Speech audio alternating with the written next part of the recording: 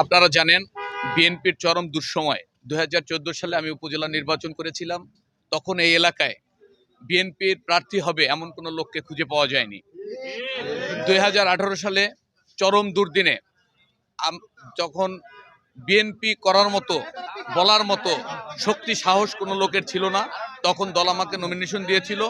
আপনারা দেখেছেন, সাংবাদিক ভাইয়েরা আপনারা যারা আছেন, আমি নির্বাচনের দিন পর্যন্ত আমি আমার রক্ত দিয়েছি, আমি আমার বাড়িঘর হারিয়েছি, আমার বাড়িতে হামলা হয়েছে, আমার মার উপর হামলা হয়েছে, বহু হাজার হাজার নেতাকর্মী জেলে ঢুকেছে এই নির্বাচন করতে গিয়ে।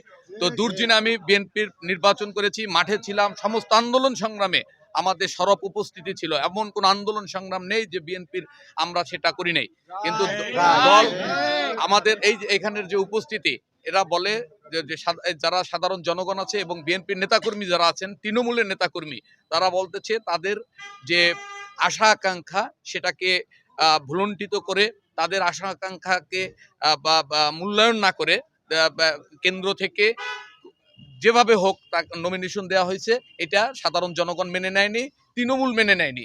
যে কারণে তৃণমূলের চাপে এবং সাধারণ জনগণের চাপে আমি প্রার্থী হইতে বাধ্য হয়েছি। এখানে আমি সাধারণ জনগণের প্রার্থী, মাদারীপুর 2 আসনের, রাজৈর মাদারীপুরের আপামর জনসাধারণের, দল মত জাতি ধর্ম বর্ণ নির্বিশেষে সমস্ত মানুষের, সাধারণ মানুষের প্রার্থী। তারা সবাই স্বতঃস্ফূর্তভাবে আমাকে প্রার্থী করেছে।